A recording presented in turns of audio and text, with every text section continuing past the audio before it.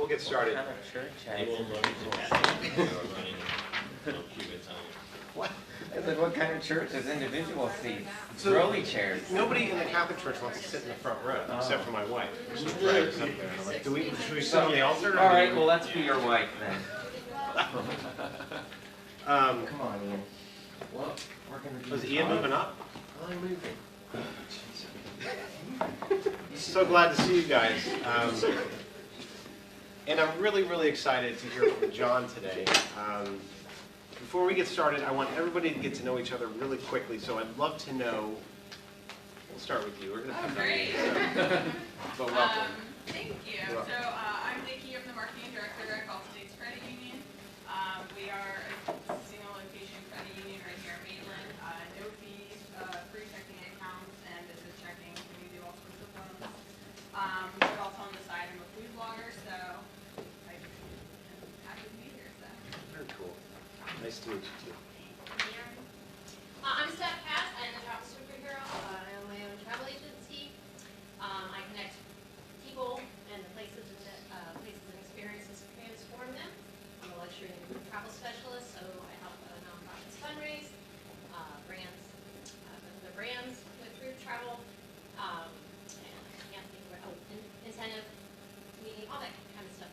Because group travel really bonds, let's say, your tribe to your like that. That's awesome you said the word tribe. We're going to talk about that a little bit later. You, sir. Hi, Scott. I don't have food love, but I love food. CEO of a marketing firm. We've got multiple offices across the U.S. and really excited to kind of see where all your minds are at today. Welcome.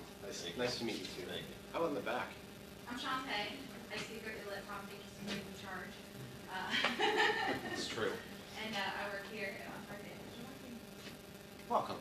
Thank you. And she participated in the coffee production this morning too, so she did Yes. a fine job. Because it's bad, it's Tom's fault. Yeah. Elena, Grace, and Kyle from my team are here. Hello. How about you, sir? Hi, I'm Paul. I did a couple of years of social media marketing for a local restaurant. I'm trying to get more into social media marketing. I've got a bit of an interesting video, and so try and do some of that today. And that's about it. Well, welcome. Glad you're here. Ian. Hello, I'm Ian Collins. I'm here because I'm dabbling in marketing with my friend Logan here.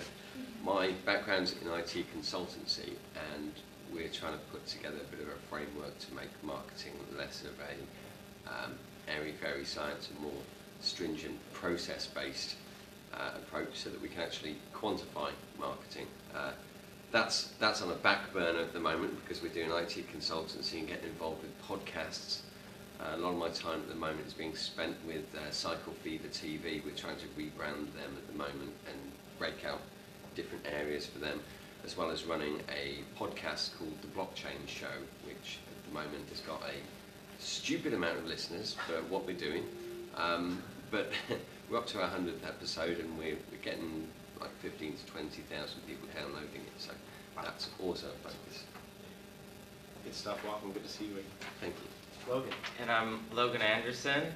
I'm a creative in Orlando. I do events for Orlando Museum of Art, Downtown Arts District, and like Ian said, we're starting a marketing company and also doing design for Cycle Fever TV.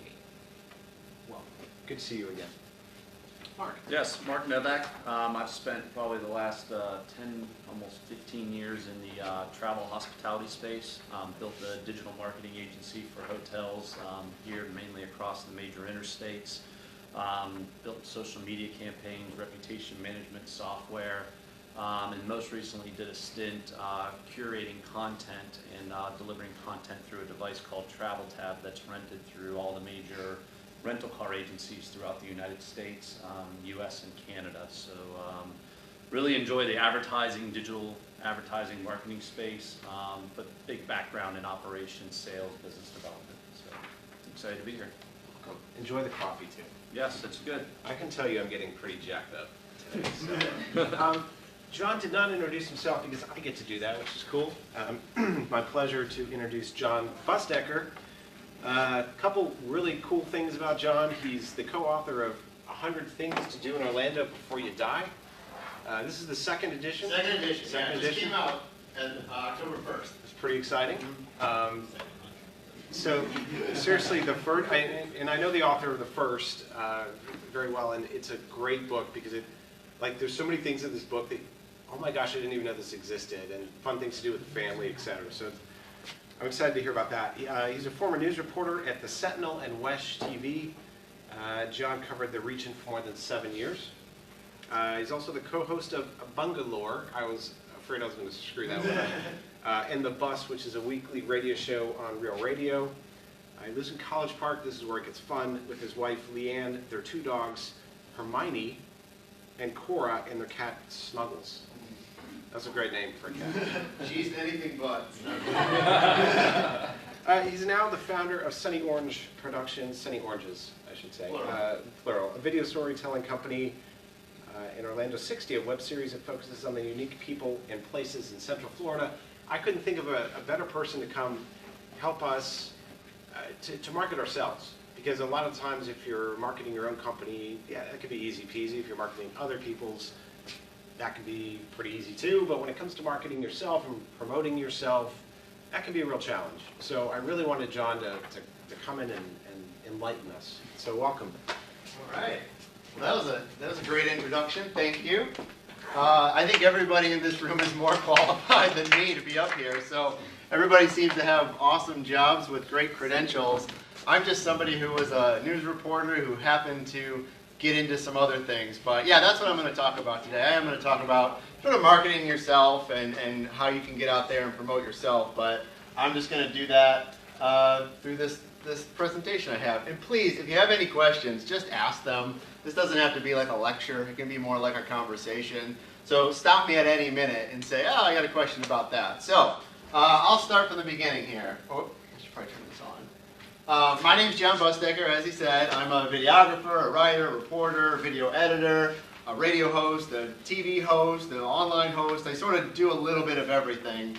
And it's sort of come from working in newspapers and television and now a lot of digital. So I'm going to give you a little bit of background on what I do. Here, this is my demo reel when I was in television. He's in a voice, here. Gotta get the glasses on.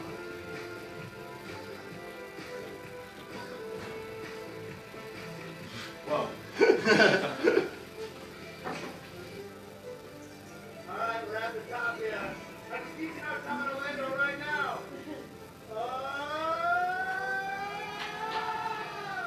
Yeah, that's nice. I didn't get any of these questions. I know, I did that on purpose because I didn't like your questions.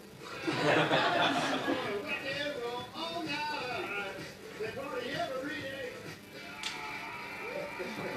I think I'm ready for the zombie apocalypse. And who knows? You might see me in a show. It actually starts snowing. So this is the infamous fat one. This is the one Joey Bertone recommended. How you doing? All right. He doesn't really talk much. Ah! All right, I'm just kidding. They're really not that scary, but they are definitely big. As you can see behind. Whoa! That tail is ready to kick you or choke through that ball. Let's hope this one doesn't do that. Thanks so much, John. We appreciate it. Oh, I wasn't going to shake her hand, but I guess I will. That's what you should do. Just go find some roadkill and take a big whiff. It smells about the same. You hear that? That means the train's moving. We'll see you in the door. That was a lot of fun. You got a single alligator. Oh, yeah. Trust me, I'm naked. I wore a green tie today because I knew Reagan would probably throw up pea soup on me. I'm gonna send it back to you guys. I'm just gonna wear this for the rest of the day, I think. Thank you so much. And we'll be right back. Alright, so as you can see, I was not the most serious news reporter. I'll move on to the next one here. I did a lot of fun stuff, but I'll give you a little bit more background on me. I'm from Michigan originally, grew up in Michigan, right outside of Detroit, just south of Detroit, went to Wayne State University in Detroit. Got my first job in Lynchburg, Virginia. Has anybody been to Lynchburg, Virginia? All right, one person. I worked at a small newspaper there. I did a lot of feature writing, covered a little bit of everything there. I was there for about a year and a half. Moved to Alabama. Has anybody been to Huntsville, Alabama? All right, we got a few more people. It was a bigger city. I guess so I've been following you the whole way. yes. So I lived in Huntsville, Alabama for 3 years. I covered art and music and entertainment and once again, a lot of the fun stuff in Alabama. Hello, Bess. Hi. How are Sorry, you? like, We've been waiting for you. Can I have a shirt? Yeah. So then, in 2010, I moved here to Orlando, Florida. I got a job at the Orlando Sentinel, but at the time, this was like the last place in the world I wanted to live. I really don't like the heat. I really just thought this was all about Disney and theme parks, and there was no real culture here. You know, only Olive Garden and Red Lobster, and it was just for tourists and kids. And as I said, I really don't like the heat. I like it when it's cold out. And so, Orlando was about the last place, but I got a good job, and so I moved here anyway. And I was the Orlando Sentinel's first, what they called Mojo Reporter. And it was a stupid term that they came up with of mobile journalist. And the idea was that I would go to events, write a story for the paper, and also shoot and edit video all in the same day, which happened a lot, but they had sort of a different theory behind how it would all work. They didn't realize that it can take just as long to shoot and edit a video as it does to write a story. And so I had to sort of figure it out for them. So I would get sent to a lot of sort of interesting things. And what happens is, has anybody worked at a newspaper before or been a reporter? Okay, excellent. So when you do that, you work in beats usually. Somebody does crime, somebody does politics, somebody does a city or whatever, sports. So when you work at a newspaper, you have these beats and that's what you cover. Well, because I shot video and because I am sort of a little more maybe fun, I sort of got known for the weird stories. And how that happened was, let's say you covered government and you get a phone call from somebody who lives in that city and they say, you know what, my neighbor does this crazy thing, can you come out and do a story? Well, the answer for that politics reporter would be no, but it might still be a good story, and so they would send it over to me, and so that's how I got to be known as like the weird reporter guy. But I loved it because a lot of times when you shoot video, you need something really visual to show. And so I became, as I said, the weird stories. I'm going to show you one here real quick. I'll show you about half of it. You don't need to watch the whole thing. Mermaids have been my obsession since I can remember. They're like free-spirited and they're fun and they're beautiful and I've always wanted to be one since I was little. And people would ask me, what do you want to be when you grow up? And I was like, I want to be a mermaid. Can that be possible? I've loved them ever since I was really, really little and I saw The Little Mermaid for the first time. They're just magical. They're kind of the best of both worlds, and they're just beautiful, I think. Anyone can be a mermaid, you know, and as long as you love water and you want to be free and just swim, you can be a mermaid. And mermaids have always inspired me to swim and just be fun with myself. All right, well, you get the idea. So this was a mermaid convention here in Orlando. And what happened was I saw a listing in the paper that said mermaid convention. And I thought, wow, that is a crazy thing. I should go check that out. So I went out there. It was on a Saturday. It was at a hotel somewhere. And went out there. I was the only news reporter there because it's just not something that television usually covers. And I wrote a story, shot photos, did the video there. I'm actually better at video now. This was an early video that I did. And it just did fantastic. Like, it went up online. I think even now it has probably 300,000 and 400,000 views on YouTube. It was just a unique, different thing that nobody else was covering. And it was just a fun thing, too. And so I really got to do a lot of that. But I also really wanted to explore what I call the real Orlando. Because coming from somewhere else, like I said, I just thought it was Disney and Universal and SeaWorld. But there's so much more. Everybody here knows that because we all live here. But you don't know that when you first get here. So I really wanted to find what I called the real Orlando, and I would drive all over, try to find cool stories, try to find interesting people, and this is another one that I did. I'll show you about half of this one as well. Has anybody ever heard of Red Hill Groves? All right, so it used to be, it's no longer there, they actually closed this location, but it used to be in Conway, on Conway Road, and they'd been there since the 60s, family shop, grew oranges and sent them out and mailed them out from there. It was a really cool spot, and nobody had really done anything on them in years. And so I'll show you this quick video, about half of it. So I was driving along Conway Road one afternoon, and I saw this sign. And I thought, what the heck is an orange juice float? So I decided to stop inside Red Hill Groves Find out. Located in southeast Orlando, the shop, which doubles as a packing house, has been selling citrus since the 1960s. Our father bought it from the Converts, and we've had it ever since 1982. Ted White and his brother Ed run Red Hill Groves. Gift fruit, we pack gift fruit, we ship it all over the country as gifts. We have jellies, candies, all that other stuff. The old Florida is what we are.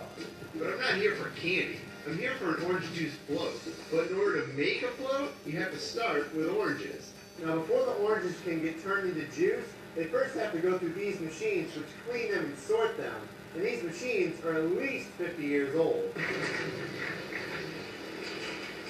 Washes it, polishes it, waxes it, dries it, and then we grade it for the best fruit. That's what we use in our gift box. So this is the packing room where the oranges get separated, packed, and shipped to customers across North America. Now the smaller oranges, like this one, get sent to the juicer. Wait, stop. All right, so you get the idea. So that was like I said, just an interesting place that I was driving along. I stopped in and I wanted to do a story there, and same thing, just turned out really well. So what happened was when I was looking for these stories, I started to realize that what really made Orlando interesting are the people that live here, and so I started focusing on that as well, really trying to find interesting stories about people in Orlando. And so I'll tell you about these three. This is Fred Guntert. Fred spent 25 years building his own Egyptian coffin, and he was a former post office worker, and he was always interested in Egyptian memorabilia and stuff. And so he said, I want to be buried in a coffin like this, but I can never afford it, and so I'll build it. And so I ended up doing a story on him. His neighbor had called me and said, you know, I got this neighbor that's been doing this crazy thing. Do you think it's a good story? I said, well, hell yeah, it's a good story. And so I went out there and did one on him, and it was great. He ended up passing away about 3 years later. Sure enough, he was buried in that coffin. I didn't go to the funeral, but I was told he was buried in it. And I want to say, if anybody wants to take pictures and stuff, go ahead too. I don't mind that. In the middle there is Penny Gold. Penny had at one point the world's largest all-star shoe collection, and she was getting it counted by Guinness that day, Guinness World Records, and so they had to display them all, they had to count them all, they had to verify it, and she had like 900 pairs at that time. I think she has more, I'm sure she has more now. She's actually a former school teacher. She was a teacher for a long time, and this was just her hobby. This is what she did for fun. And she explained it. I could have worse hobbies.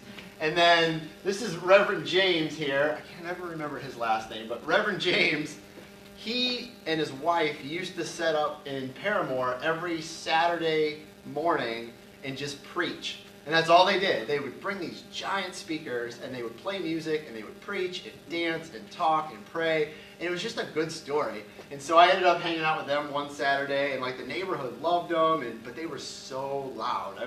I actually found them by biking around there one afternoon, and I was just like, where is this coming from? And when I went and chatted with them, they were just the nicest couple, and that's just what they did. They did it for like 15 years, and they might still do it. I haven't been over there to check that one out. So like I said, that's what sort of interested me a lot, and that's when I discovered, you know, Orlando was pretty cool, and there's like a world beyond just the theme parks. Do you guys know who Chris P. Bacon is? So Chris P. Bacon is a handicapped pig who was made famous on YouTube. His owner had his owner was a veterinarian, and he made a wheelchair out of K'NEX toys, like Legos, and put it on YouTube, and it got like 1 million views. And so sure enough, I had to go do a story on that. And he was out in Claremont, and the pig's still alive, as far as I know. They travel around the country and take it to like schools and kind of show kids like you can do what you want to do no matter if you have disabilities or not. I think he wrote 3 books after this. So anyway, it was just a fun story. Yeah, oh yeah. I think he still lives out there. And so this is what I discovered. You know, Orlando really is a cool spot, but it sometimes takes a little bit of time to sort of find those things. You got to know where to look. This is actually a MERS or Creative City project maybe at the time, which is happening this weekend downtown, all free if you want to go. It's a lot of fun. This is the West Art District in Paramore. A group of people started spray painting all these different buildings, and now it's sort of this destination for murals. The Arcadian Broad, who's very well known as a ballet dancer here. This is Alice in Wonderland. at the very beginning of this, when I was in that costume, he did Beauty and the Beast as well, and he was in that video. Obviously Orlando City Soccer, who are terrible this year. They have one more game if you want to go. I think it's on Saturday, and they'll probably pay you to go to the game this week. This is my favorite bowl of ramen in all of Central Florida at Jade New Asian in College Park. It's just super good. So we have good food here as well, is what I'm getting at. Orlando Science Center, just a fun spot. And the Temecula White House, are you guys all familiar with this?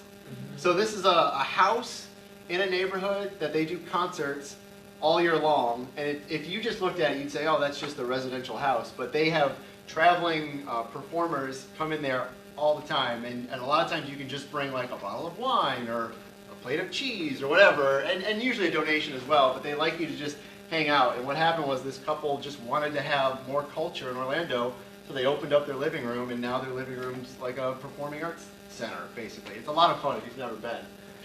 So eventually I transitioned to television. I worked in newspapers for most of my life, and then Channel 2 said, we want you to come work for us. So I said, it's a good opportunity, so I took that. And I wanted to do what I was doing at the paper. I didn't want to just do touristy stuff. I wanted to do stuff that locals like as well, because I'm a local. People that watch WESH are locals mostly, and so let's include them. Let's not just talk about Disney and Universal and SeaWorld all the time. Let's try to do some local things. And as I said, we are more than theme parks. Although that's at a theme park. I shouldn't have that photo in there.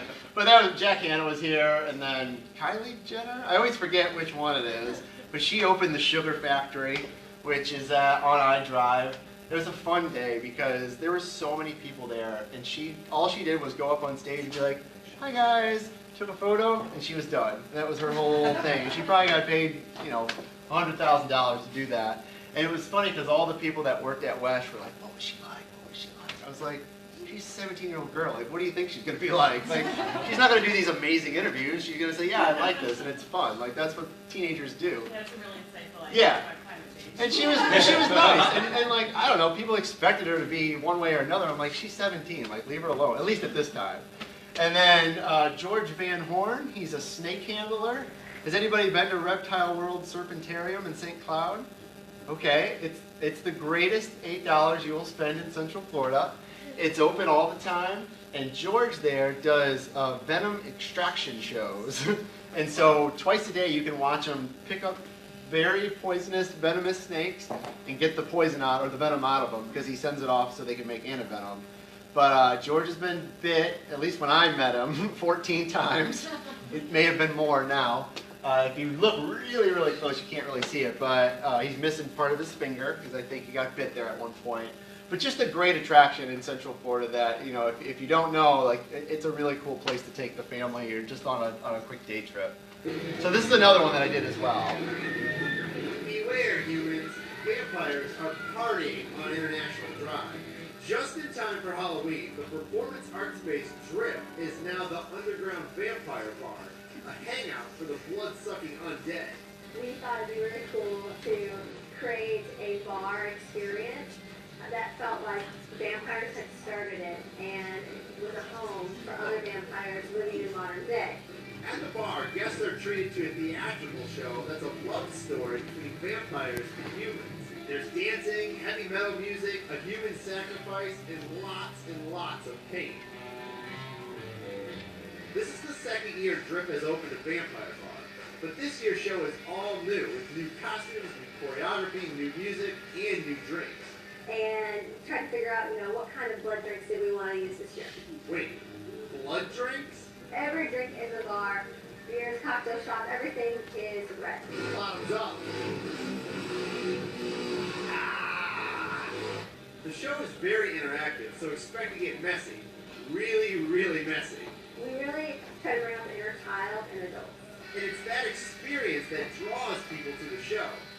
It's opening night and it said vampire, which kind of drew us in. And the dancing, the performing arts is absolutely amazing. And it's just fun, and it's cool to get into an environment that you've never been in before and to be a part of it. Drip's Underground Vampire Bar runs through the end of October. For Orlando My Way, I'm Jon Busdeker.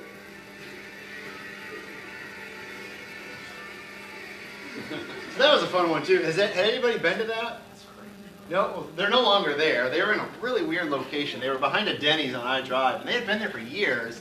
And that was just a special thing they did once a year. And it was fun, and I was really surprised by how many people were there the opening night. I mean, it was packed, and people loved it. And you really did just get drenched in paint. So, we're going to hold on a sec here. There we go. So eventually, my life in television ended. I had a one-year contract at Channel 2, and they didn't renew my contract, and it's the world of television sometimes. What I did there, entertainment, just maybe wasn't as valued as crime and politics and things like that, and so my contract wasn't renewed, and so I had to make a choice. Do I want to stay here in Orlando, or do I want to continue my career somewhere else and start over? And I had sort of built up what I had been doing for all that time, and I said, you know what, I'm just going to stay here. I have a lot of connections here. I know the community really well. I'm sure I'll be okay, and I have been okay. So as we said earlier, I do host a radio show called Bungalower in the Bus. It's on Friday nights on 104.1. It's also a podcast. Me and Brendan O'Connor, who runs bungalower.com, we just talk about Orlando, like mostly the downtown districts, and like what's happening, what's opening, what's closing. It's fun. I helped start a nonprofit leadership group called The Collective. I do some work for WUCF. I've done several projects for them. There's one this week that's finally finishing called The Great American Read. I did some local videos on people that are in book clubs, and whole thing on Zora Neale Hurston, and it's been a lot of fun working with them.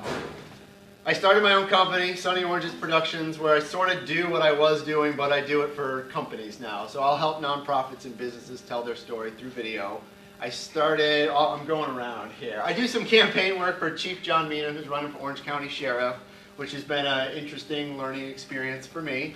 And then the final thing is probably the thing I like doing the most, and it pays the least, meaning nothing, is Orlando 60. So Orlando 60, I started on a whim because I like telling stories about Orlando. It's 60-second videos about interesting things that I think are going on in Central Florida. So I'll show you one here real quick. Shrimp car wash. Yes, exactly. And that's the one I'm going to show, actually. Brandon, we all see your So yeah, telling Orlando stories in 60 seconds. And the reason I did that is because I knew I wasn't going to make, at least at the beginning, I wasn't going to make any money on this. So I couldn't just say I'm going to spend hours and days and weeks on things. I knew if I did 60 seconds, there's only so much I can do. I can only interview so many people, although I usually just do one. There's only so many shots I can get that can pack into 60 seconds, so I'm not going to spend days on anything. I'm only going to spend maybe an hour or two at the shoot. So here's one that's done really well. You can get your car wash, and you can get something to eat at the same time. You kill two birds with one stone.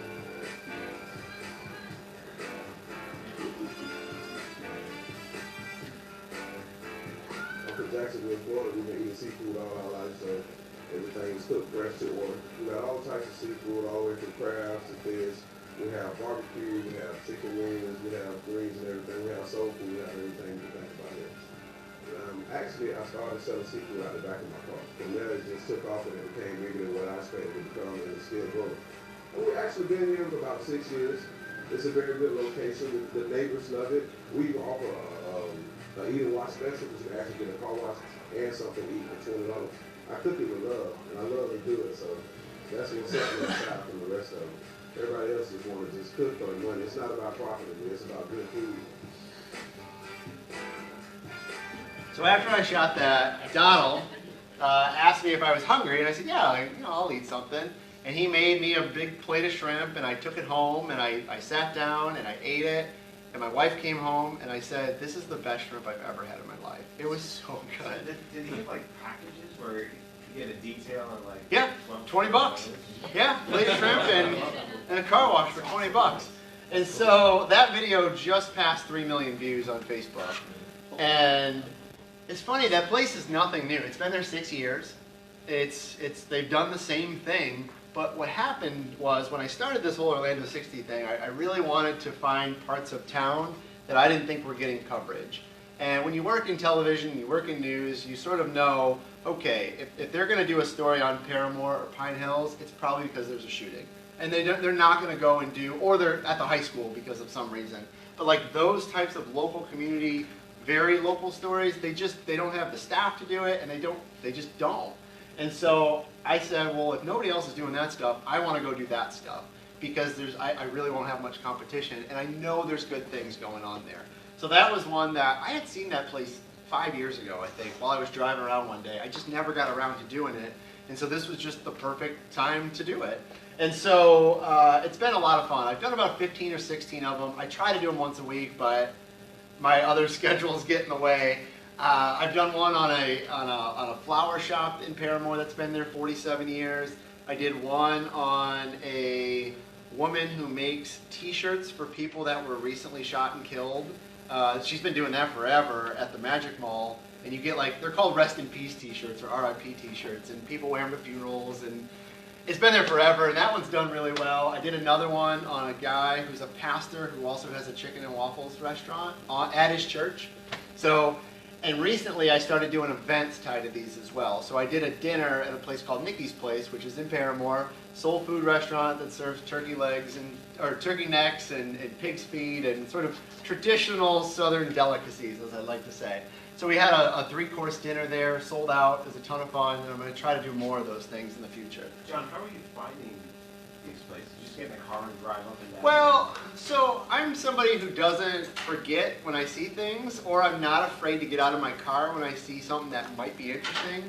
So for every one I do, there's probably 3 or 4 that I don't do because I don't think they're worth a story.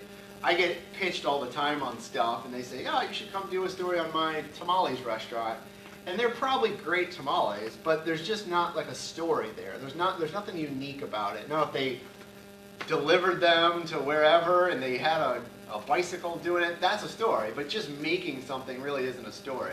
And so a lot of times I'm just sort of vigilant on what's around me, and if I see something that looks interesting, I'm not afraid to stop and give them my card and say I'd love to come back and chat about it. So that leads me to where I'm at now. I did just come out with this book, this 100 Things to Do in Orlando Before You Die. The second edition, so if you have the first one, it's updated. Me and John Brown was a former anchor at Channel 35. He's since moved away. He lives in St. Louis. And he contacted me and asked me if I would help him update it, basically because I've been doing these types of things since I moved here in 2010.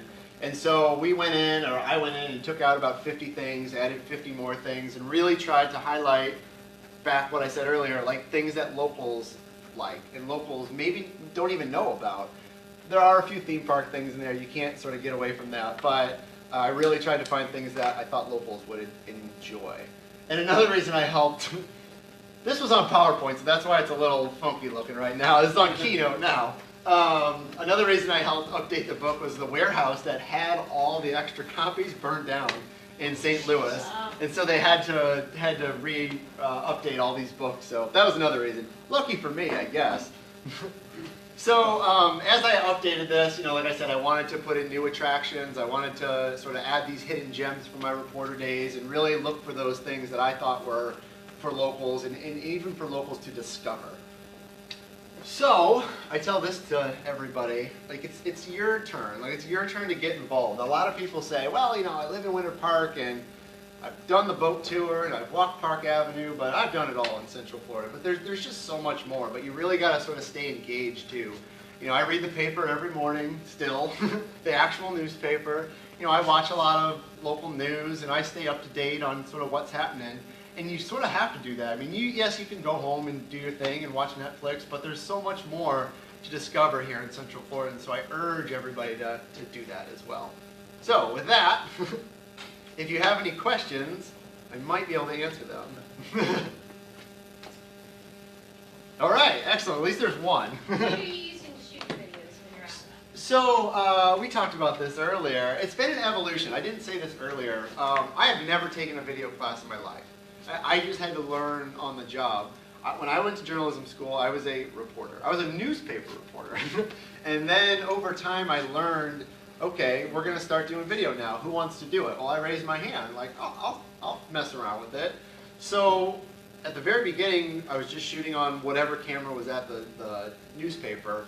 And now I have a Canon camera. I can give you the model number. But it's just like, it's not a big camera. It's not super expensive. Everything I shot on this camera is the same camera I used when I worked in TV.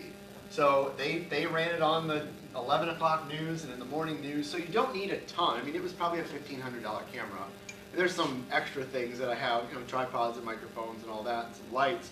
But you don't need $50,000 to start doing good video. I tell this to people a lot, that what makes good video is just the story behind it. I mean, yeah, you can do some really pretty pictures, and if you have a company that wants to give you a lot of money to make a beautiful commercial, spend that, because it will look really good. But there's a lot of people out there that can't afford $50,000 for a marketing campaign or a 1 minute video. They can afford $2,000 or $500, like depending on what it is. And you can make really good stuff, but you really got to think about what the story is there too. I mean, you can make it an ad, but I think people like to see some sort of story there. But to answer your question, I have a Canon XA30 camera. It's like I said, it's just like a camcorder. And the reason I have that instead of, a lot of people shoot on DSLRs, which is great, looks pretty, all that. I'm in front of the camera often, and with those, sometimes the focus can be off. And if you're sort of like here, and you're supposed to be here, and you're off, and you get back, and you're like, I'm out of focus, I gotta go reshoot that. I don't have time for that. And also, I sometimes get hired for events where it's like run and gun, and so I can autofocus it, and most of the time it works for me. So your business, Sunny Oranges, Yeah. what niche do you go after? I mean, is there a certain So marketplace, or what, like, because that's your true business. that's my right? true business, yeah. So I started that. Well, what happened was, so when I left Channel 2, I sort of just started taking jobs. Like people would say, hey, can you work for me? Can you do this? And I'd say, yeah. So I did some PR work. I worked at a startup, but between those, people would call and be like, I got this event, can you shoot it? Or we want to do what you did there, can we hire you? So I'd say yes. So eventually I kept saying yes so much that it was like, oh, well, maybe this is what I should be doing. Not trying to do PR work, but just trying to do the video, the thing I like doing the most. Because I can write columns, I can write press releases, I don't really enjoy it. Mm-hmm. So the reason I started the company is because like, a tax person said you should start a company, don't just do it on yourself. So I did that. But to answer your question, a lot of it is nonprofits, because nonprofits don't have a ton of money to spend, but they still need to get their story out there and show what they do for their donors, for their board members, when they have galas. So I get hired by nonprofits a lot to just go out and tell their story. I mean, I was telling Tom earlier that Central Florida Foundation does something called Rally, where they have social entrepreneurs go through this course. It's like a 6-month or 4-month course. So they hired me to just document that. Now, I wasn't there 8 hours for 4 months. I would just show up, get some shots, go home, interview a few people, and now they can use that video when they have board meetings or even just put on their website, like, who is this for? It's almost like a 3-minute explainer instead of having to read a whole website or a packet.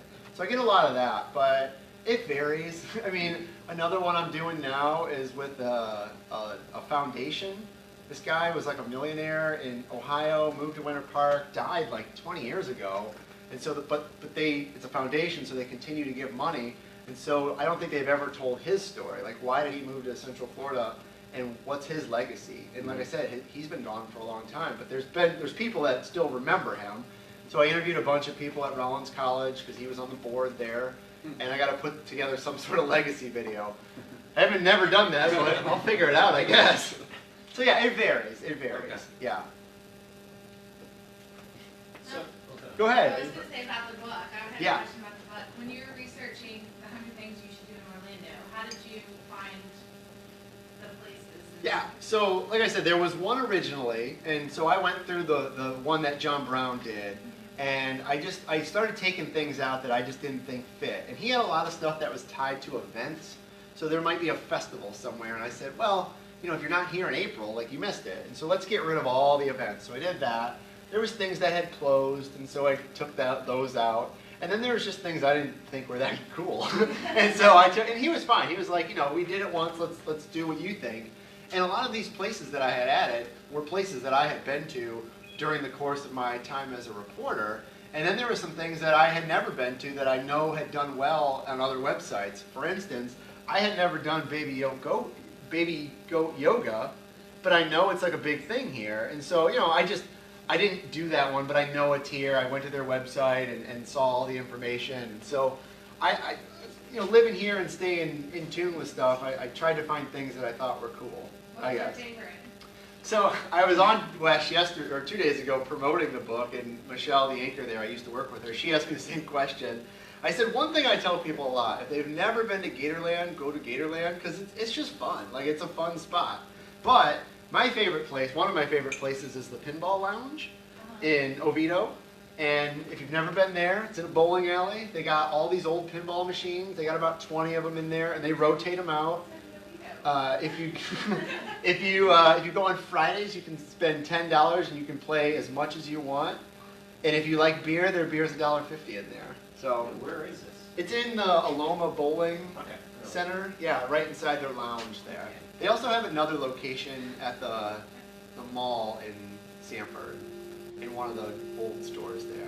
But it's just a fun spot, and it's just a cool place to go, and a lot of people don't know it's there. They've been there about 3-4 years now. And if you're out there, you should go to the Townhouse Restaurant too. Yeah, definitely. So would you stay obviously within Orlando and the Central Florida, yeah. I mean, I think the farthest one is this place, which I haven't been to. It was in the book before. Is Devil's Den. Yeah, I've never been there. There's a place in Polk County that's a little out of the way called Davison of Dundee, and they make old-fashioned candies and jellies and jams. And I did a video on that when I worked at WESH. And same thing, roadside attraction, fun place to go, just different, old Florida. It's totally worth it. If you're going to Legoland, just stop there because it's on the way. So this is a bit more of a philosophical question, but obviously coming from the Sentinel or the Sletinel. Yeah. Which they own the URL of that, I think. Yeah. And they're doing TV media. Obviously, you've been there, done that. So, what do you think's happening in the world that's really putting pressure on those two? Because I know a ton of my friends that keep seeing get let go from the Sentinel. Yeah. I see a lot of people fleeing from television stations. Yeah. A lot. Yeah. What's going on, and where do you see the future of news within social media? There's a lot of things going on. I mean, most of it boils down to money. I mean, where people can, where do they go to get their news? So sometimes when I speak to students, I'll say, "Oh, how many of you read the paper this morning?" Nobody raised their hand. The what? The paper, exactly. So if nobody's buying the paper, then obviously advertising goes down and circulation goes down, and then you can't pay your employees like you used to. I mean, it's just changing times when it comes to that. That's part of the reason. There's way more things too when it comes to, should they have been giving away their content for free 20 years ago? Probably not, but you've already opened that up, so you can't change that. Also, big companies own a lot of newspapers, and so when you have a big company, they want to make profits, which is fine, but they want to make a big profit all the time. Whereas if you own the newspaper, you might be happy making $100,000 a year, but Tribune or Gannett, or not Gannett anymore, but they want to make 3% more than last year. So how do you do that? Well, you cut people and you do things. So there's a lot to that in newspapers. Television's a little bit better shape, I think, than newspapers are, but I do wonder if TV's going to not do as well in 10 years. TV does well right now. I mean, political ads and all that, they make a ton of money during political seasons. And so, and you look at the salaries of anchors and reporters, they do pretty well. Newspaper reporters make nothing. And TV reporters, if you get up to this market, you do pretty well still. But I do wonder if that's going to really change in the next 10 years, because I could ask the same question. How many people watched the 11 o'clock news last night? And there's just not as many. So, changing habits and all that, more and more people are getting things on their phones, and I'm not telling you guys anything new here, but I don't know. I mean, it'll never be like it was. They had 350 reporters or something like that at the Sentinel at one time, or something crazy. And they had bureaus all over the state and the Southeast. But there's just, the money's not there anymore. The problem I see with that is that I do think the public will suffer, because who's going to the Altamont Springs City Council meeting? They're boring. I've covered meetings. They are boring as hell. but it's important that somebody's there. So I used to cover Windermere. I used to go to every Windermere town council meeting. Just, you know, you never know what's going to happen. But if somebody's not going to those constantly, you know, a lot of things can happen. So I don't think Orlando's going to suffer. It's when you start getting farther and farther out. Those smaller communities, just nobody's really watching what they do. So it kind of helps to keep things in check. I mean, that's what journalism is supposed to do. But yeah, but like I said, it's hard, boring work to sit in council meetings that might not result in anything. I mean, a lot of times people, if you were to go back 20 years, you could go to 10 council meetings and never write a story. Just because, you know, maybe there wasn't anything that was news, but you were there, or somebody was there at least the whole time. Now, television will go to those meetings when something crazy happens, but they won't go to the 10 before, and that was what newspapers did for a long, long time. And so, as that's changed, I just wonder sort of what will happen in some of these smaller towns that don't have the staffs like maybe, because like I said, Orlando will be fine. People go to those meetings all the time, and that's just one sort of aspect to it. But then you have people like Brendan at Bungalower, and even the thing I do at Orlando 60. Now, granted, I'm not covering boring meetings, but we're still doing coverage of the town, just in different ways. But you know, for every travel blogger and fashion blogger and food blogger, you just don't have that many people covering local politics, like stuff that really matters. Because it's fun to do travel and fashion and food and that. It's not as fun to go to, you know, council meetings. So I don't know. I guess I don't know. I mean, people that do work at I've talked to people that work at the Washington Post, the New York Times, and they love it. They say like this is like the time to be in journalism because there's so much going on, and there's so much flexibility, and there's some truth to that. But you know, when you get maybe to a smaller newspaper, and I just read something the other day that something like it's like 1,300 counties or 1,300 papers have closed in the last so many years, or maybe the counties don't have any coverage. It's you know, if you live in a really small place, it can be tough to get, you know, news, objective news. Right. Mm-hmm. Yeah. Go ahead. Are you tempted or encouraged, or have you considered monetizing either your book or your blog or your talents? I mean, don't people want to pay you to be in their book and to be featured in Possibly. stuff? Now, this is all new to this is all new to me. I mean, this is all new to me. So I do sell my books, so I do make some money off of that. But this is all brand new. The Orlando 60 thing, I started that just like I said on a whim because I wanted to keep telling stories. I mean, yeah, part of it is branding because people might see that and they'd say, oh, like he does cool video, maybe we should hire him for something. So I do get approached every now and then from businesses or whatever, and they say, can you come out and do a video on me? And I say, maybe. It just depends, because I don't want to just go out and do a video on your hair salon just because you have a hair salon and you want to pay me for it, because that ruins, at least I feel, it ruins everything else I'm doing. Because if I just show somebody cutting hair and they paid me $1,000 or whatever, like, are you going to keep coming back to my stuff? I'd rather just keep doing... You're focused on content. Exactly. Quality content. Yeah, quality content. So yeah, I probably could have made some money, but also the other side of that is, I didn't know where this would go, and it sort of has done well pretty quickly. And so, like, I didn't think I have like 25,000 followers on that Facebook page. It isn't a million, but it's not bad for a local thing that I just sort of do on a whim. So I do have a little bit of a following there, and so now maybe I do have the opportunity to sort of work that angle. But somebody asked me that the other day, and I'm like, you know, I do some business stuff, but I'm probably more of a storyteller and a content creator than trying to run businesses. And so if I could have somebody do that, I would love it. I just like doing this. So have you explored Facebook Watch or an OTT? I haven't yet, and actually I was looking at that today, and I need to... They've just announced they'll start monetizing the way that YouTube does. So for the better creators that have interesting, engaging content. Yeah. So, I need to figure, like, is it just like a process that you have to fill out a form? yeah, you have to apply for Okay. Facebook Watch. You have to apply for. Okay. I just haven't looked into it. They need good content. So Okay. it'll probably be a very good. Okay. And does it just like take a few weeks and they go over what you've done? I don't know the process of how to get approved, but once you're approved, so I follow a couple channels on there. I Yeah. get a notification every time there's something new. So Okay. in advance we get a notification. Okay. No, I do need to look into that. And these are just things that, when it's not my main job, I say, all right, it's Saturday, I'll work on this. But like, you know, if Chief calls me right now, I got to deal with that first because I get paid for that. So it's just one of those things. It's just another thing on the plate. But it is something I need to look at. So there's 25,000 followers on Facebook. Yeah. I think that's awesome. Yeah. But one of the things I'd love to hear from you is you've done a lot of these stories.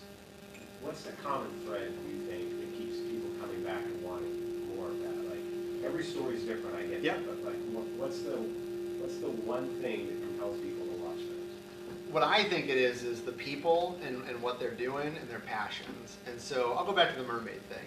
You look at the mermaid video and you say, those people are crazy. Who would dress up as a mermaid? That's so stupid. Why would that be a hobby? Well, that's their hobby. Like, that's what they do. They don't play golf. They don't collect sports cars. They dress up as mermaids. That's their thing. And there's nothing wrong with that. And you know, I think a lot of people have to realize that, and I had to sort of realize that. Like, just because that's your thing, that's fine. Like, it's not my thing. I do other stuff.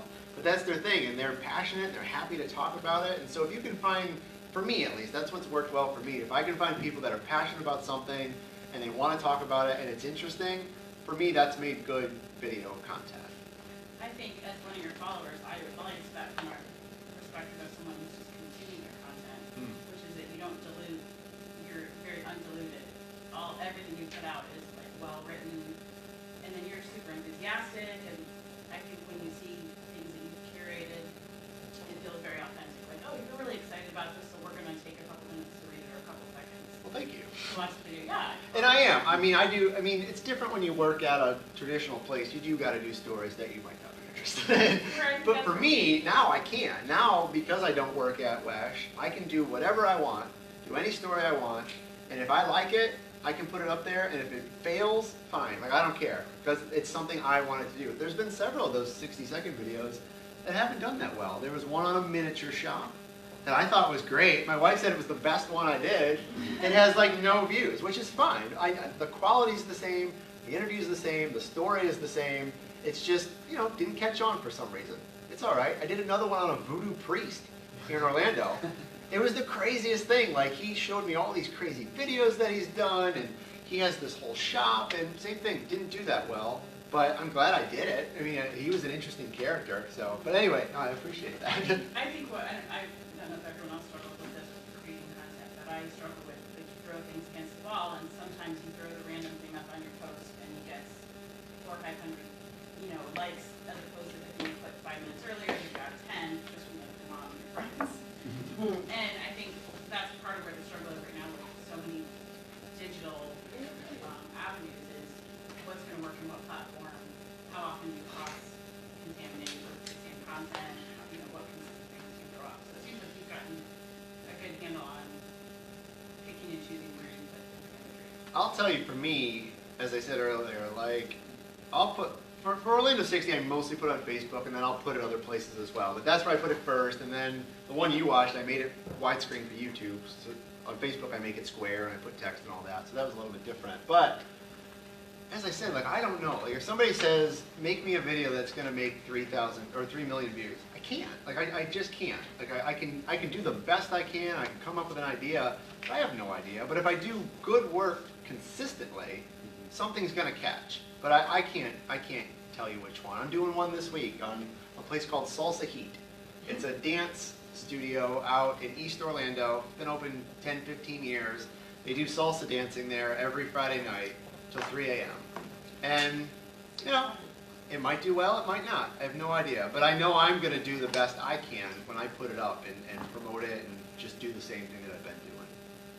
I love it when people come to us and say, we want you to make this a viral video. Yeah.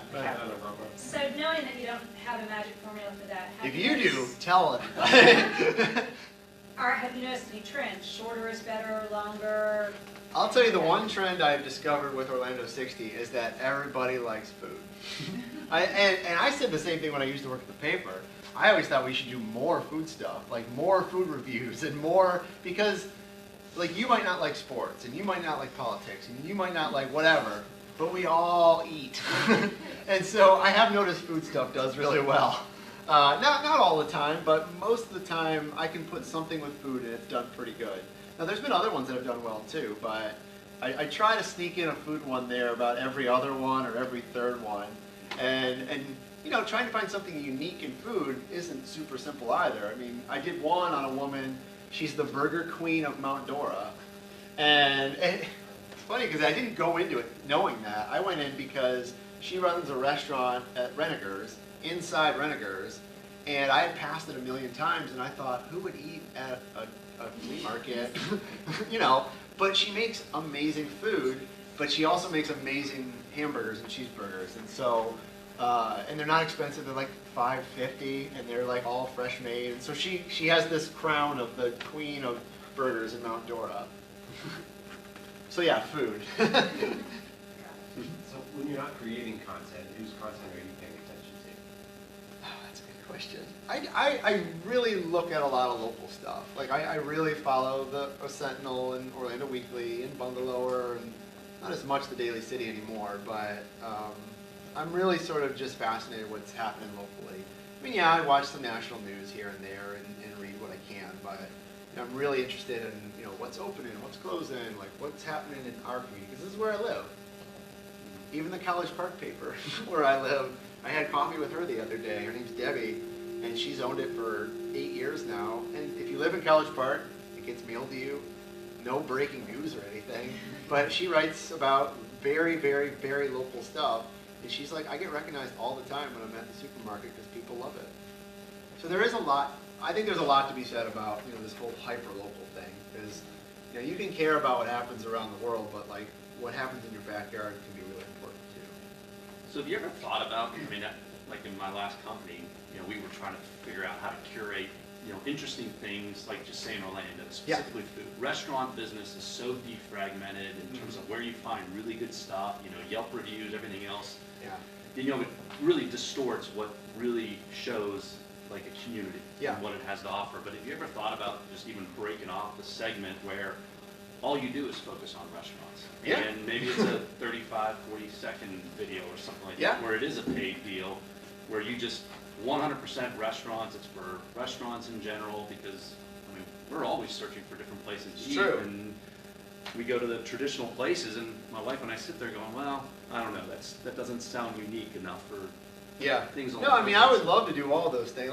It's just some of it boils down to capacity. I'm one person and I can only do so much, but, and I'm not, and for the longest time, I was a reporter. My job was to go out and do the story part, not the selling and the business meetings and all that. And so I'm good at one thing. Not to say that I couldn't do that, it just hasn't ever been my job to do those things. I do think, if I had the time, I would do some sort of Orlando food video, because we do have a lot of food reviewers here. Ricky Lee's really good, Scott Joseph's good, even Lauren at the Sentinel and Faya's, but none of them really do good video. And I mean, they might shoot some things here and there, but like to really sit down, and I could be wrong, maybe there's somebody in town that I don't know about, but I've never seen good video at local Orlando restaurants. And I think a lot of cities do have that. So there is something there. If I could clone myself, I'd have my clone do that, but you know, there's just so many hours in the day sometimes. Yeah. I have a question kind of for everyone to throw their opinion in if they have one, which is that we're this huge travel, obviously Mecca across the world, but I feel like there's this line right around John Young or Alvin McLeod where we locals don't draw enough from the millions of people that are coming to the airport and then in the town. And that's one challenge I'm having with, I have retail space on Virginia, and it's the kind of thing where if I went to a town like Austin or something, I would look in the paper and think, oh, I want to go to a place like that. And I would leave my hotel and take an Uber and go find them. But I don't think we have enough of a pull where we're pulling those people down on their town. Other than for the obvious things, maybe they park at Church Street still and they walk around downtown a little bit. Does anyone have any insight into that, or is anyone doing that really well, or? I mean, it's not hard. You know, everybody, back to what you were saying before, media is changing. And the fact of the matter is, it's not that people aren't interested in print and television anymore. It's the fact that, you know, 30 years ago, we were hit with like 150 ads per day, and we're literally bombarded with about 2,500 every single day now. So the evolution of these corporations and businesses, if they don't occur, they do become dinosaurs. But pulling people in, if you're good at what you do, and what you do is marketing and or advertising, on any side, because in a market, that you think does that well? I would, if you wanted an idea, just off right off the top without even thinking, think of who your target market is and what other locations they spend money at, and maybe whether it's a minor amount of social media marketing, or whatever it might be, drop pins on all your competitors everywhere all over town, and I was just kind of curious, like Brendan does the bundle, or does, I think it's the top 10 things you missed this week or Yep. something, which is just this, you know, we don't call that, this little list of what happened. But I don't see a lot of local personalities that really draw in the people that are to come to this end of town. Here's 10 things to do if you're taking an Uber from the Hyatt down to this end of town. So there's Mosquito County Tours. She's just started up and she's doing like walking tours of right around Mills 50 and just basically making a tour of going off the highway and Yeah. I'll say it because I've got, lots of travelers who come in this area, there's so much at the theme parks, they just don't have the time. So any kind of like pop-up shop you could do, any type of, coordination out at the Disney Universal areas of what you have. I don't know if you can do an actual pop-up shop or just bring it to their attention. I think because they're here, there's so much that overwhelmed with what all there is to do there, it's just a time thing. They're not going to look what else is there to do because they don't have the free time. Yeah. But if you get in front of them, physically, they can't. They can't ignore you. I wish I could afford the rent into these rings. I agree with what you said. Like, I've had some of my best friends come to Orlando, and we don't even have time to hang out because they have kids, and so they're at the parks all day long. They're exhausted, and they're like, "Oh, I'd love to meet you downtown for a beer, but I'm just like so tired." That's by design. Yeah, and that's yeah. But they, and also that's why they came to Orlando. I think, why do you go to Austin? Why do you go to New York? Why do you go to LA? They're you go there for that city. I think so many people come here just to go to the theme parks. It's just such an afterthought to go Well, explore. there's all the people that come for business though that don't True. necessarily, there's so many people that come for conventions and business reasons that are specifically looking for the underside of Orlando. Like I'm a village where I am, we started the brand is the indie side of downtown to draw that traffic in. Like, oh, I want to go find a cool little taco place like Rock Rooster or. Do you do anything with the convention center? I'm on the front end of my strategy. Like I'm open, I've got 4 stores in town, but I'm looking for putting the ground balls to the wall. Because I would think, to your point, if you know that there's the Surf and Skate Expo that's coming in town, that's a certain demographic that likes outdoor things, maybe they want to go to Mount Dora or not Mount Dora, up to Claremont, or they want to do that Wake Park or whatever. It's going after that demographic. We, in Travel Tab world, we used to work very closely with a lot of the Brazilians. And Perfume Land, Simon Malls, look at those. So much of them do that, and like Perfume Land, for example, spends almost all their money in Facebook advertising in Brazil. That's it. And they just target those people before they even come in, and the amount of traffic they get, and you get to Camellios, and you get to NASCAR Cafe, and you just watch them just go between this little tour down in that little area, and then they'll go to, the Orlando City, soccer games and some other things, but it's really getting that niche to really figure out, where these people are going to go. So it's getting them where they are. Get them before they even get into the marketplace. That's where I think there's an opportunity, is some kind of back to the kind of reporter, content creator that we would all be equal level, is I think there's room for someone to step up and be that, like, a little more than hyper-local of unloader, that's pulling in people to this side of town. Yeah, John, what are you doing this afternoon? A video shoot at 1. but also to your point a little bit, I think everybody has told me that Orlando has gotten a lot cooler in the last 8 years. I say it's because I moved here, but no, they say like around 2010, that's when they started focusing more on like what we have downtown and these restaurants and all that. And so I think it's just time too. I think everybody has always thought of Orlando as this theme park place, and now when I say they, like, visitors bureaus and all that, they're trying to say, all right, you don't know the half of it, they're that slogan, and I think it's just a slow go. Well, and part of what happened at that time, because I was a younger professional then, and we did myregion.org, which the chamber sponsored, which was a huge multi-million-dollar. Was anyone else around when that happened? So they spent a fortune right around like probably 2006 to start doing focus groups all over these 6 or 7 counties to figure out. I think it's one of the smartest saw the baby boomers coming. And they said, we're gonna be one of these markets that's gonna explode, so we're either gonna do it well or we're gonna fall apart. And some communities like Charleston, South Carolina is falling apart because they weren't ready for the infrastructure. The roads are falling apart, the Target is busy on Saturdays. I got a lot of coffee. But what we did, and I'll just tell you this real quick, what we did is the chamber did myregion.org, and they did all these focus groups all over town, from Tampa, Montora, all the way to Oviedo, and everyone that was going to be affected by this, and said basically, what do you want your community to look like now in 2020? And what they found is that they said, do you want to be a huge downtown where everybody flocks to the downtown for all their events? And what the feedback was, no, we want little main streets. So I think it's the coolest thing. Everyone thinks, oh, it's so fun that we have all these little main street districts, and like, this was the plan. Yeah. That's why, like, in Altamont, Uptown Altamont was one of the first ones that got built before the market fell apart. But that was kind of what the plan was. And now Maitland is finally getting ours built. Yep. Park Avenue, obviously got that. But every little town has our own little downtown because our community said we want to ride our bikes to our local stuff and go to our local things. So I think we're in a good place to be. Yeah. I think that's why I agree. it's cooler. I think is we have little hyper local pockets that are. I'm sorry. So going back to monetizing Orlando Vegans, we get approached all the time. We have almost 12,000 followers. They want us to do content, but a lot of people just don't want to pay. Yeah. Or they just. Or they want to pay a little bit. And they only want to pay a little bit. They want you to come out there. We've given so much promotion to businesses, taken them to the next level, but we're sitting here like, okay, well, what do we have? So how do you kind of like, That's probably not a question for me. I'm not very good at it either. I mean, yeah, it's hard. Maybe you have a better answer because I Can you don't. relate back to, it's almost like pay for performance.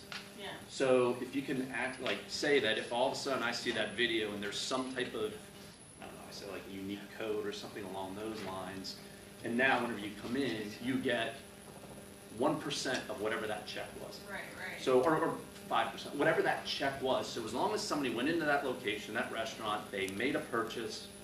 Now you got to get into the point of sale system and some other things, which some local restaurants are easier to do than others. Yeah. But now all of a sudden you get a little attribute that says, hey, somebody spent $10, I get $1 or 50 cents off of that transaction because I actually brought money into that location. I don't know. I mean, just. What's that? You can still build some type of dashboard that's electronic based. I mean, there's Data and value. Data and value, that's all it is. Sometimes what we can do, and we've done this for clients before, we're very successful on that same concept, is we tell them, this is the value we feel we're going to bring, if whatever it might be. Yeah. If you do it now and pay in advance, then this is what it's going to cost you. If you wait for us to show you the results, which we're more than happy to do, because we're that confident in it, you're going to pay this much. And do it that way. And a lot of people, you'd be surprised, you'd be amazed at how many times people are like, you know what, even though you're showing me and how you're going to get the data and what you're going to record and how it's going to work, and it makes total sense to me, I'm still going to rather pay this for some proof in the pudding, so to speak. But you know what, then you make more money that way. And plus, if it really works, they're not going to want to turn off that revenue stream. Yeah. If it really works, they're not going to start messing with it because your statement's going to be, I'm just not going to do business with you or something along those lines. Yeah, don't go to this restaurant. Serious. Jump over here. John, we have about 14 minutes left. Okay. One of the things I wanted to hear input from everyone regarding some of the tips that they could give each of us. We all need to be content creators in one way, shape, or form. So whether it's for our company, whether it's for our brands, whether it's for ourselves, personally brand ourselves. So I'd love to start with you. Just give us a couple tips on what, like, how you're doing that. How are you personally branding and marketing yourself? Well, I'm here. I mean, I say yes to a lot of things, maybe some things I shouldn't say yes to, but I basically don't turn much down, especially when it's out and about and getting to talk about who I am and what I do. And a lot of it is also practice. And so I'll go back to when I first started doing video. Like, I had to practice at this. I had to practice about getting in front of the camera and how to write a script and all that stuff. And so saying yes to a lot of things, the reason I said yes to getting in front of the camera is because I once did a job interview to go work at a paper that I really wanted to work at a long time ago. And they're like, well, what sort of experience do you have in front of the camera? And at the time, I had none. I mean, I might have gotten in front of the camera once or twice, but most of the time I was behind it, just doing like documentary stuff. And so I felt, well, if I want to get this job again, or this ever comes up again, I can say, all right, well, yeah, here's 10 examples of me in front of the camera. But if you were to go back and look at those ones, they are horrendous. And so, but it just took a lot of practice to get comfortable. And so that's one of the tips I give. Like if you're not comfortable with something, like just try it a few times. And I don't mind talking in front of people, but I don't love it. I don't hate it, but I'm okay at it. I actually got asked to do a fundraiser breakfast, and to be honest, like I don't really want to do it. I believe in the organization; they're great. I just know like all the work that's going to go into it. It's not just me showing up at 9 o'clock and being like, hey, everybody, like, give money to this. Like, there's more to it. And I know it's work. And I know I can mess it up or whatever, but I still do it because I know I want to do it and I want to get better at it. So I'm constantly practicing at the things that I think are important to be better at what I do. Does that make sense? Does that answer your question? Yeah. Like yeah. we did Cringe. Yes, exactly. No, exactly. I did a thing at Orlando Cringe because I was asked, and it was fun. I had no idea how that was going to go. I did a Pachakasha talk, which I didn't think, I asked to do it, but, once again, I was nervous, and it turned out fine, but it's one of those things. You say yes to things that maybe you're uncomfortable with. Our mutual friend Kyle Johnson just told me about his talk. Mm-hmm. How do you say that? Pachakasha. Thank you. And he's telling me how intense that is, because we have like 5 minutes or 6 minutes and 40 seconds, yeah. 20 slides, 20 You gotta seconds. get through it. Yeah. Pressure A lot of practice. But that's a way to get. You want some exposure. You want to get like espresso down and dirty. That's what you go for. So that would be my advice about content. Just practice. Like, go out and shoot video. I mean, and also don't compare what you're doing to people that have been doing this for 15 years, like I have. It's not fair. I mean, I don't know anything about marketing. I wouldn't tell you guys how to be marketers because I haven't done it my whole life. But with video, same thing. You can't watch something on BuzzFeed or Vox or whatever and be like, wow, mine doesn't look anything like that. That's because there's a team of 20 people that made that look that good. It's not just one person with a phone, usually. That's Jimmy's tips. I think you do a remarkable job branding yourself. Probably the best advice I ever received was from Mark Middleton when he left Wesh and started growing Boulder. And he said I couldn't afford to hire a graphic designer, so I had to learn how to do design myself. Had to do camera work, had to learn how to do everything. I had to become a master of all trades. And it's a great time to do that because YouTube videos are free and they will teach you anything you want to know. It might be a 12-year-old girl teaching you how to do it, but she knows more than you do. Right. So that was probably the best advice I ever received, was learn how to do everything myself. I don't always do it myself because I'm not the best at doing it if I'm self-taught, but I know enough to get by until I can have enough money to hire somebody who is the best at it. So, and again, it comes through practice. Yeah, So. yeah, no, that's really good advice because, I mean, if you watched all the videos I did at Wesh, I didn't have a camera person, I didn't have an editor, I didn't have somebody write it, that was all me. I had a tripod, that was all I used to get, and so now I can do a lot of this stuff by myself, and when I do get hired for jobs, I don't need to hire somebody to do lighting and sound and editing, and I can do all of that. And it is good advice. Now, I'm not a master at anything. I tell people I'm pretty good at a couple things, but I'm not great at any one thing. But that's really good advice, though. Not for me, Mark Middleton. I will add one thing, though, don't underestimate your value. Have something, I mean, you're bringing 12,000, a community of 12,000 strong that are here locally that would walk in a brick and mortar store. That is power. And so don't suffer from imposter syndrome. You have value, and so develop a package before you get approached by these people and say, here's what we're willing to do, here's what you're going to get from it. I mean, most new restaurants would kill to get in front of that kind of audience. Yeah. And so they just build it into their budget. Okay, you're awesome. John, that was awesome. Thank you. Appreciate it. Yeah. If anybody wants a book, I got it for sale. It's 15 bucks. I think people need to get their hands on that book.